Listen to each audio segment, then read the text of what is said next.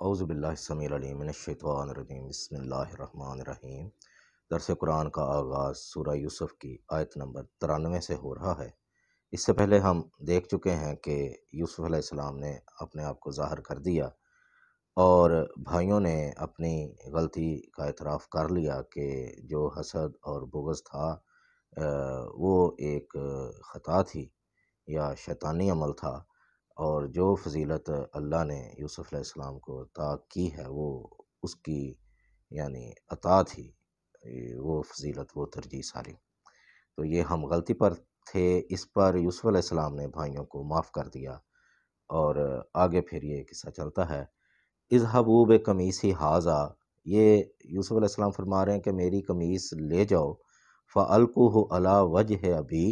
اور اسے میرے والد کے چہرے پر ڈال دینا، یات بصیرہ، تو ان کی بینائی جو ہے وہ واپس لوٹ آئے گی، وَاتُونِی بِأَہْلِکُمْ أَجْمَعِین، اور پھر تم سب لوگ اکٹھے ہو کر میرے پاس آ جانا۔ تو یہ اس کی کسی قسم کی بھی اور توجیہ نہیں کی جا سکتی، یہ خالص معجزہ تھا کہ یوسف علیہ السلام کی قمیض جو تھی وہ جب یعقوب علیہ السلام کے چہرے پر ڈالی گئی تو ان کی بینائی لوٹ آئی۔ ولما فصلت العیر، اب مصر سے قافلہ جب روانہ ہوا، قال ابوہم، اور ادھر یعقوب علیہ السلام فلسطین میں یہ کہنے لگے لوگوں سے، انی لاجد ریح یوسف، کہ مجھے یوسف علیہ السلام کی خوشبو محسوس ہوتی ہے، لولا ان تفندون، اگر تم یہ نہ کہو کہ بوڑھا جو ہے وہ بہک گیا ہے۔ قالوا تاللہ انک لفی ضلالک القدیم، تو وہ لوگ کہنے لگے کہ اللہ کی قسم کہ آپ کسی بھول میں ہو، یعنی ان کے نزدیک تو یہی تھا کہ بڑا عرصہ گزر گیا ہے، یوسف علیہ السلام کہیں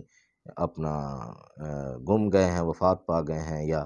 جو بھی معاملہ ہوا ہے تو یہ ممکن نہیں ہے۔ فلما ان جاء البشیر، جب خوشخبری دینے والا آن پہنچا، القاہ علی وجہہ، تو اس نے قمیض ان کے چہرے پر ڈال دی، فرتد بصیرہ، تو آپ کی بینائی جو ہے وہ لوٹ آئی۔ قال الم اقل لکم، پھر یعقوب علیہ السلام نے کہا کیا میں تم سے نہیں کہتا تھا،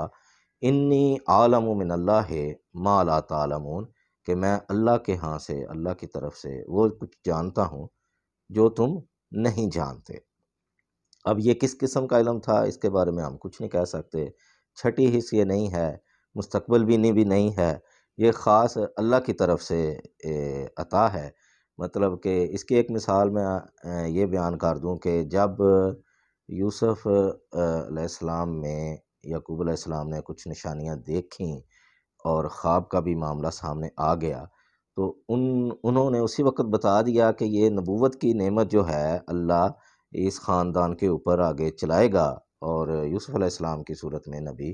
مبعوث ہوں گے۔ اور پھر جب یوسف علیہ السلام کے بھائی ان کو کنویں میں ڈال کے تو آ کر کے یہ یعقوب علیہ السلام سے کہتے ہیں کہ جی ان کو تو بھیڑیا کھا گیا ہے، تو اب یہ یعقوب علیہ السلام کیسے مان سکتے تھے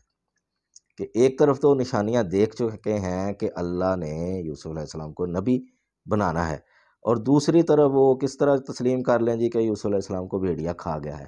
تو یہ اللہ کی طرف سے کچھ عطا تھی، کچھ علم تھا، ان کو اللہ کسی بھی طریقے سے بتا دیتے تھے جو بھی معاملہ ہے،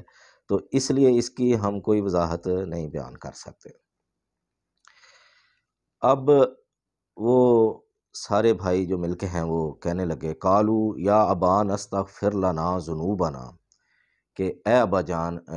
ہمارے گناہوں کی جو ہے وہ بخشش طلب کیجئے، انا کنا خاطئین، بے شک ہم ہی خطا کار تھے۔ اب یہ دیکھیں کہ انسانی وصف ہے کہ جب غلطی جو ہے ظاہر ہو جائے، یعنی انسان کا ضمیر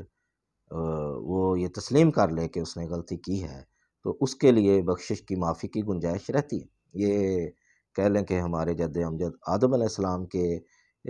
ہاں سے یہ سلسلہ چلا آ رہا تھا کہ انہوں نے جب غلطی کی تو انہوں نے فوراً ہی اس کو تسلیم کر لیا کہ جی یہ میری خطا ہے، اور یہ عاجزی اور انکساری اسی وجہ سے اللہ تعالیٰ نے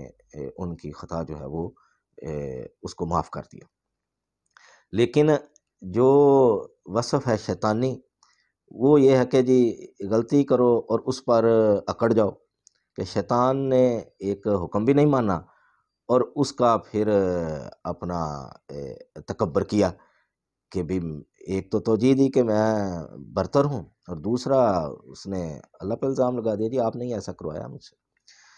میں نے تو نہیں کیا۔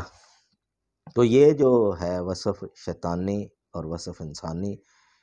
وصف انسانی عاجزی انکساری کی صورت میں ہمیشہ انسان کے اندر رہتا ہے کہ اگر وہ اپنی خطاؤں کو ان کا احساس کر لے، اعتراف کر لے اور سچے دل سے خدا سے بخشش طلب کرے تو اللہ تعالیٰ کی ذات اسے معاف کر دیتی ہے۔ لیکن اس کے برعکس جو انسان ایک غلطی بھی کرے اور پھر اس پر اکڑ بھی جائے، اس کے لیے دلائل مہیا کرے، توجیہات تلاش کرے، تو اس کی معافی ناممکن ہے۔ تو اس پر یعقوب علیہ السلام نے کہا قالا سوف استغفر لکم ربی، جلد ہی میں اپنے رب سے تمہارے لیے بخشش طلب کروں گا، انہ هو الغفور الرحیم، بے شک وہ بخشنے والا اور رحم کرنے والا ہے۔ تو یہ سلسلہ آگے بھی چلے گا، آج ہم صرف 5 آیات تک آئے ہیں۔ تو یہ قرآن کریم ہدایت کا سرچشمہ ہے، شفا ہے، اور یہ عقائد کی اصلاح کرتا ہے۔ اس لیے یہ ضروری ہے کہ اس کو پڑھا جائے، اس کی روزانہ کی تلاوت کی جائے، اور پھر یہ اس کے لیے اہتمام کیا جائے اس کے سیکھنے کا، اور اپنے خاندان والوں، اپنے بچوں کو بھی اس کا ترجمہ پڑھانے کا، اس کو سمجھ کر پڑھنے کی کوشش کی جائے۔ تو اللہ سے دعا ہے ہمیں اس قرآن کو سمجھنے کی اور اس پر صحیح معنوں میں عمل کی توفیق عطا فرمائے۔